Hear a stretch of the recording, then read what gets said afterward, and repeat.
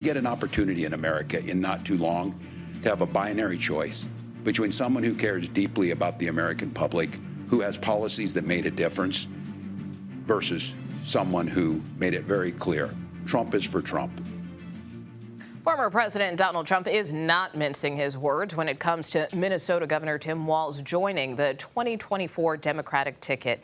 In a campaign fundraising email circulated today, the former president said Walz would be, quote, the worst VP in history. Danielle Alvarez joins us now. She is a senior advisor for the Trump campaign. Danielle, thanks so much for being with us. And why is the former president characterizing Walz in that way? Well, Governor Tim Walz is very liberal. We know that he believes in sanctuary cities and sanctuary states. In fact, he signed into law giving free tuition and free health care to illegal immigrants, which is par for the course and the perfect pick for the original border czar, Kamala Harris, who has overseen the worst border crisis in American history since border crossings have been recorded. We know that he has voted to raise taxes, and we are seeing devastation in the economy right now, with the stock market crashing yesterday, with inflation up 21%, costing American families thousands every month.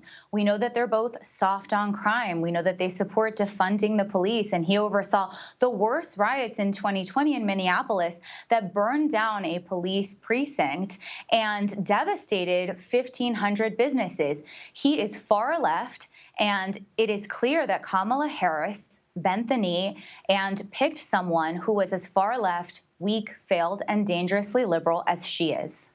Did this pick catch you off guard? Our campaign was absolutely prepared as soon as they started floating names, but especially prepared for Walz to be chosen. It was clear that she was not going to pick any sort of common sense choice, maybe putting a Pennsylvania battleground in play, maybe putting an Arizona in play. Instead, it says a lot about their campaign and how they feel about the state of the race that she chose the governor from Minnesota, a state that President Trump has put in play. It says a lot where they're putting their ad dollars. They're putting their ad dollars in New Hampshire. They're putting their ad dollars in Maine. It's clear that they're competing for their base and the most radical parts of their base, the most left-wing parts of their base, instead of really competing for the whole country. That's what President Trump is doing when he goes out and he talks about the issues that matter to voters. He talks about the economy and his record delivering a strong economy, his 4 years in the White House, his record low cost, his record peace through strength at home and abroad. We're at the brink of war. Tensions continue to escalate in the Middle East. And so it is clear that contrast between Kamala Harris and her VP pick, Walz, and between President Trump and J.D. Vance. And we're seeing Pennsylvania Governor Shapiro enter the stage now at a rally with Vice President Kamala Harris and Tim Walz. But in terms of Governor Shapiro, since the Vice President did not go with him, does the Trump campaign believe that this now puts Pennsylvania back in play?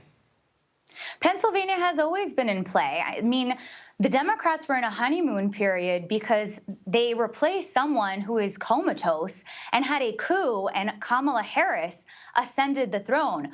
But again, it's just a honeymoon phase. And David Axelrod said the same thing. Donald Trump is at the helm. Donald Trump is on offense because this, voters have said, is about record. It's about the economy. It's about the border. It's about what's happening on the global stage. And they know President Trump's record of success. So he's performing well in every battleground state. And he's the first Republican candidate to be ahead in the RCP average. And so we are ready to take on this ticket, and we are ready to deliver victory in November for the campaign and for the American people. All right, Danielle Alvarez, thanks so much for being with us. Thank you for having me.